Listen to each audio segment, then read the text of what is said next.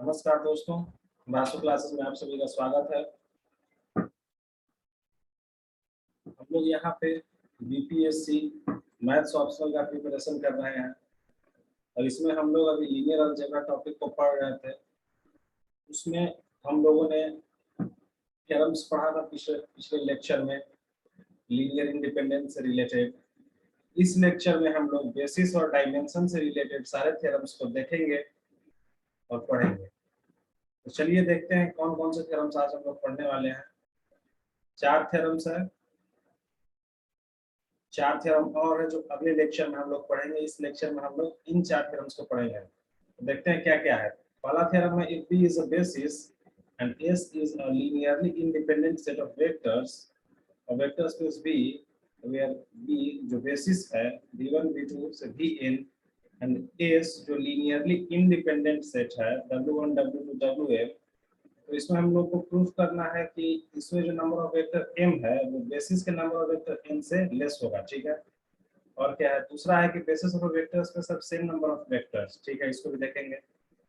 तीसरा है हमारा कि if basis contain n vectors then any set of vector with more than n vectors यहाँ पे vectors will be linearly dependent. और चौथा जो हमारा है, if basis have n vectors then any n linearly independent vector will be a basis। ठीक है, ये 4 थ्योरम्स हम लोग करने वाले हैं। चलिए पहला थ्योरम पे चलते हैं।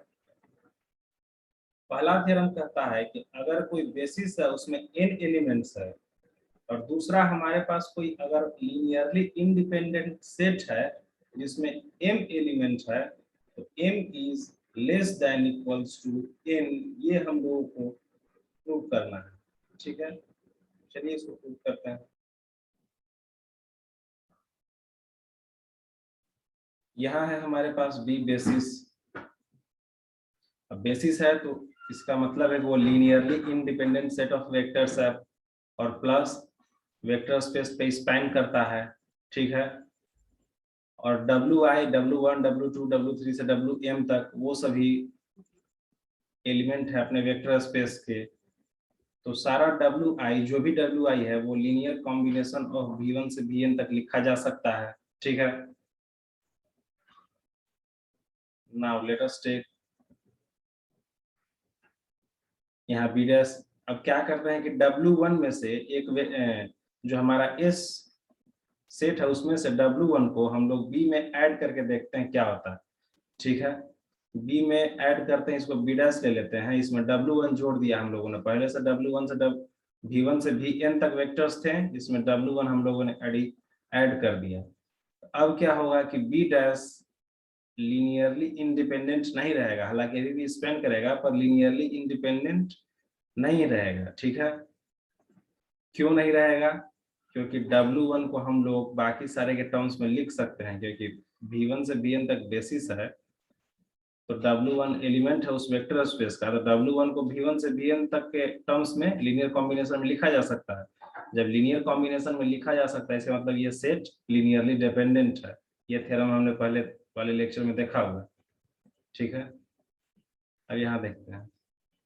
अब हम जान गए कि ये एक लीनियरली डिपेंडेंट सेट है। तो लीनियरली डिपेंडेंट सेट का प्रॉपर्टी होता है कि उसका कोई ना कोई वेक्टर बाकी सारे वेक्टर्स के लीनियर कॉम्बिनेशन के फॉर्म में लिखा जा सकता है। तो हम लोग मान लेते हैं कि Vi कोई वेक्टर होगा जो बाकी सारे के टर्म्स में लिखा जा सकता है। तो Vi को बस कन्वीनियंस के लिए हम लोग V1 लिख लेते हैं, कोई फर्क नहीं पड़ता Vi हो या V1 हो, बस रिप्लेस कर देते हैं एक दूसरे से। ठीक है, तो इस तरह से हम लोग लिख सकते हैं कि V1 is linear combination of other vectors. ठीक है, तो जो लीनियर कॉम्बिनेशन है उसको निकाल देते हैं। अगर उसको निकाल देंगे तब भी वेक्टर का स्पैन वही रहेगा, लेकिन अब वेक्टर लीनियरली इंडिपेंडेंट हो जाएगा। n+1 वेक्टर है S डैश में, यहाँ देखिए, यहाँ जो B डैश है इसमें n+1 वेक्टर्स है इसमें से, इसलिए ये लीनियरली डिपेंडेंट है। एक वेक्टर भी निकाल देंगे जो लीनियरली डिपेंडेंट है तो ये फिर से लीनियरली इंडिपेंडेंट होगा, स्पैन भी करेगा भी पे। ठीक है, कन्वीनियंस के लिए हम लोगों ने V1 लिया था, V1 को रिप्लेस कर दिया, तो यहाँ हो गया W1 V2 V3 से लेके Vn तक। ठीक है,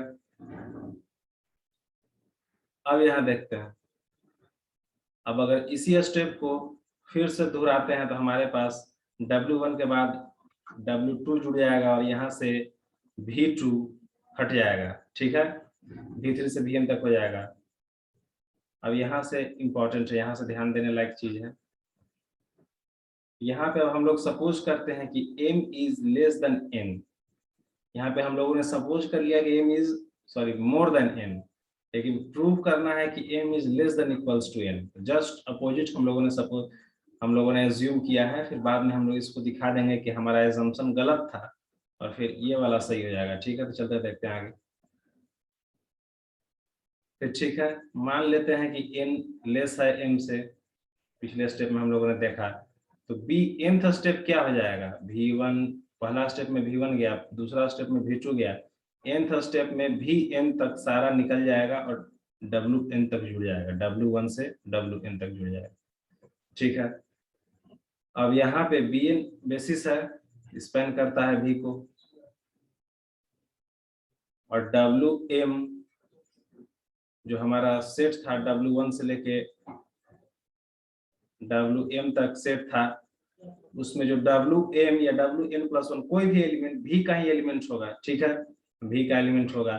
और यहाँ पे हम लोगों ने दिखा दिया कि bn ये बेसिस है v का, तो कोई भी एलिमेंट इनके लीनियर कॉम्बिनेशन के फॉर्म में लिखा जा सकता है। ठीक है, वैसे ही यहाँ पे लिखा हुआ है, लेकिन यहाँ से हम लोग कह सकते हैं कि w1 w2 से लेके wm तक, अब ये पहले हम लोग को दिया हुआ कि लीनियरली इंडिपेंडेंट है, जब इंडिपेंडेंट है तो इस तरह से नहीं लिखा जा सकता, लेकिन यहाँ से आ रहा है कि इस तरह से लिखा जा सकता है। इसका मतलब है कि कंट्राडिक्शन आ रहा है। कंट्राडिक्शन क्यों आ रहा है, क्योंकि हमारा assumption m is more than n गलत है। अगर ये गलत है तो फिर सही क्या है, इसका अपोजिट जो है वो सही है, यानी कि m मोर देन n नहीं है, क्या है, m is less than equals to n। यहाँ से ये प्रूव हो जाता है। चलते हैं दूसरे प्रूफ पे। Basis of a vector space of same number of vectors. ठीक है, दो बेस ले लेते हैं, a और b। a में भी n नंबर ऑफ वेक्टर्स और b में सुधार कर लीजिए, b में भी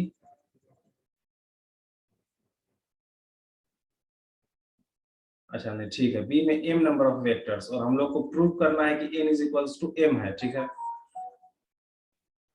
तो यहाँ से देखते हैं n is equals to m proof करना। पहले हम लोग प्रूफ करेंगे कि n is less than equals to m, फिर हम लोग प्रूफ करेंगे कि n is more than equals to n, यानी कि n m से बड़ा है और बराबर है। फिर अगर प्रूफ कर देंगे n लेस छोटा है और बराबर है, यानी कि n क्या है, m के बराबर है। यहाँ से साफ साफ दिख रहा है, इसमें भी इक्वल्स है, इसमें भी इक्वल्स है, यानी कि n इक्वल्स टू m है। जैसे ऐसे समझिए, अगर बोला जाए कि n is more than equals to 6 है और n is more less than equals to 6 है, 6 या 6 से बड़ा है, फिर कह रहा है कि 6 या 6 से छोटा है, तो उसमें एक ही पॉसिबिलिटी है कि n 6 है। ठीक है, तो पहले हम लोग प्रूफ करेंगे कि n is less than equals to m। पिछले वाले थ्योरम का यूज करते हुए इसको प्रूफ करेंगे। यहाँ पे हम लोग मान लेते हैं कि b एक बेसिस है, कोई दिक्कत नहीं है, और b दोनों हम लोगों को बेसिस माना है यहाँ पे, तो b बेसिस है और a को हम लोग ले लेते हैं कि एक लीनियरली इंडिपेंडेंट सेट है। तो यहाँ पे हम लोगों ने लिया था कि a बेसिस है, अगर बेसिस है तो लीनियरली इंडिपेंडेंट सेट तो है ही, तो कोई कुछ गलत नहीं है यहाँ तक। ठीक है, अब इसमें m वेक्टर है और a में n वेक्टर है। पिछले वाले थ्योरम से हम लोग बोल सकते हैं कि सेट है कोई अगर लीनियरली इंडिपेंडेंट वेक्टर्स का, उसका नंबर ऑफ वेक्टर n है और बेसिस में m है, n less than equals to m होगा। ठीक है, पिछले वाले थ्योरम से इस वाले को प्रूफ कर देना है। As we know that number of vectors in a linearly independent set is less than dimension of vector space, so n is less than equals to m हो जाएगा। ठीक है, यहाँ पे फिर हम लोग एक बार प्रूव कर देंगे कि n is more than equals to m। अब हम लोग को प्रूफ करना है। ठीक है, अब अपोजिट ले लेते हैं, a को बेसिस और b को कोई लीनियरली इंडिपेंडेंट सेट मान लेते हैं। बेसिस में n वेक्टर है, कोई भी लीनियरली इंडिपेंडेंट सेट में m वेक्टर है, तो यहाँ से हो जाएगा कि m is less than equals to n, पिछले वाले थ्योरम का यूज करते हुए। अब दो चीजें आ गए हमारे पास, n is more than equals to m, n is less than equals to m, इसका मतलब है कि n is equals to m। ठीक है, ये थ्योरम भी प्रूफ हो जाता है यहाँ पे। अब ये थ्योरम है, if any n linearly independent vector will be any n linearly independent vectors will be a basis if basis has n vectors। ठीक है, b कोई बेसिस है, उसमें n वेक्टर्स हैं, तो बोल रहा है कि दूसरा अगर कोई सेट है n linearly independent वेक्टर्स का, तो वो भी बेसिस होगा। ठीक है, इसको देखते हैं। तो इसको पहले ही वाले तरीके से देखेंगे, a का जो भी वेक्टर है वो सब एलिमेंट होगा वेक्टर स्पेस का, कोई दिक्कत नहीं है। और अगर बी बेसिस है तो ए का सारा, यहाँ A1 ले लिए for example, A1 linear combination में लिखा जा सकता है B1 से Bn के लीनियर कॉम्बिनेशन में, क्योंकि B1 से Bn बेसिस का वेक्टर है। ठीक है, A1 को कुछ इस तरह से लिख सकते हैं, अल्फा B1 जो alpha B2 alpha n Bn। ठीक है, अब अगर बी कोई सेट है, बी बेसिस का सेट है, उसमें अगर A1 को जोड़ दें तो बी डस यहाँ ले लेते हैं हम लोग, अगर A1 को जोड़ दें B1 से Bn में, तो अब ये लीनियरली इंडिपेंडेंट नहीं होगा। क्यों? क्योंकि इसका एक वेक्टर है जो बाकी सारे वेक्टर्स के टर्म में लिखा जा सकता है। अगर ऐसा हम लोग कर सकते हैं तो फिर ये लीनियरली इंडिपेंडेंट सेट नहीं होता है। पिछले वाले लेक्चर में हम लोगों ने इसको प्रूव किया हुआ है। ठीक है, तो B1 को लीनियर कॉम्बिनेशन में लिखा जा सकता है बाकी सब वेक्टर्स के, यानी कि अगर B1 को हम लोग रिमूव कर देते हैं तो फिर से हमारे पास एक लीनियरली इंडिपेंडेंट सेट आ जाता है। तो यहाँ से B1 को रिमूव कर देंगे तो A1 B2 इस तरह से आ जाएगा, ये A1 जुड़ जाएगा और B1 चला जाएगा। ठीक है, अगला स्टेप फिर इसी तरह से करते हैं। तो B1 डैश, इसमें अगर हम पिछले बार हम लोगों ने A1 जोड़ा था, A2 को जोड़ते हैं। अब यहाँ पे कोई ना कोई BI होगा जो लीनियरली इंडिपेंडेंट होगा, लीनियर कॉम्बिनेशन में लिखा जा सकता है बाकी के। उस BI को कन्वीनियंस के लिए हम लोग B2 से रिप्लेस कर देते हैं। ठीक है, तो फिर हम लोग कह सकते हैं कि B2 एक वेक्टर है जो बाकी सारे के लीनियर कॉम्बिनेशन में लिखा जा सकता है। तो ऐसे में अगर हम B2 को रिमूव कर देते हैं B1 डैश से, तो हमारे पास B2 आ जाएगा जो लीनियरली इंडिपेंडेंट होगा और स्पैन करेगा B को। ठीक है, अगर इन्हीं स्टेप्स को n टाइम्स रिपीट करते हैं तो हमारे पास Bn आ जाएगा कुछ इस तरह से कि B1 से लेके Bn तक सारे एलिमेंट्स, सारे वेक्टर्स एलिमिनेट हो जाएंगे और A1 से An तक सारे वेक्टर्स ऐड हो जाएंगे।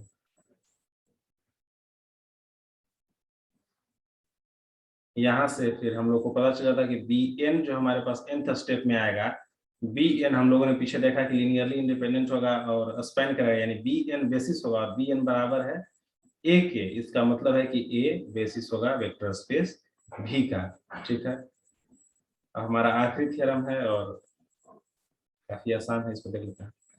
If basis contains n vectors, then more than n set of vector will be linearly dependent। ठीक है, कह रहा है कि अगर बेसिस में n वेक्टर है तो कोई भी n+1 set of vector linearly dependent होगा। ठीक है, n+1 सेट का n से ज्यादा नहीं ले लेते हैं, n+1 सेट ऑफ वेक्टर।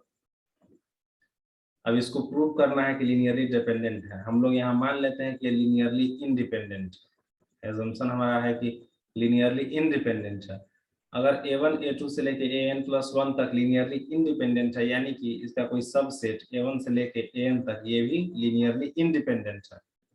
और इस सेट में n वेक्टर्स हैं A1 से An, ये जो सेट है इसमें n वेक्टर्स हैं, लीनियरली इंडिपेंडेंट है, तो ये बेसिस हो जाएगा पहले, इससे जस्ट पहले वाले थ्योरम के अनुसार। अब A1 से An तक हमारे पास अगर बेसिस का वेक्टर है तो An+1 बेसिस वेक्टर्स के टर्म में लीनियर कॉम्बिनेशन में लिखा जा सकता है।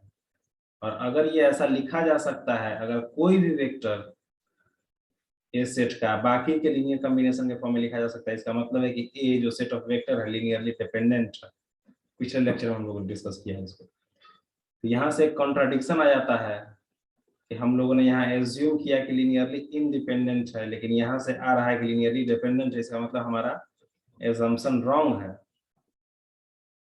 यहाँ से हम लोग कह सकते हैं कि हमारा जो एजम्पशन है कि लीनियरली इंडिपेंडेंट सेट है वो रॉन्ग है, और A is a linearly dependent set. आज का लेक्चर यहीं खत्म होता है। 4 और थ्योरम्स हैं इस पार्ट के, उसको अगले लेक्चर में हम लोग देखेंगे। तब तक के लिए आप लोग मेरे चैनल को सब्सक्राइब कर दीजिए, लाइक और कमेंट कीजिए। धन्यवाद।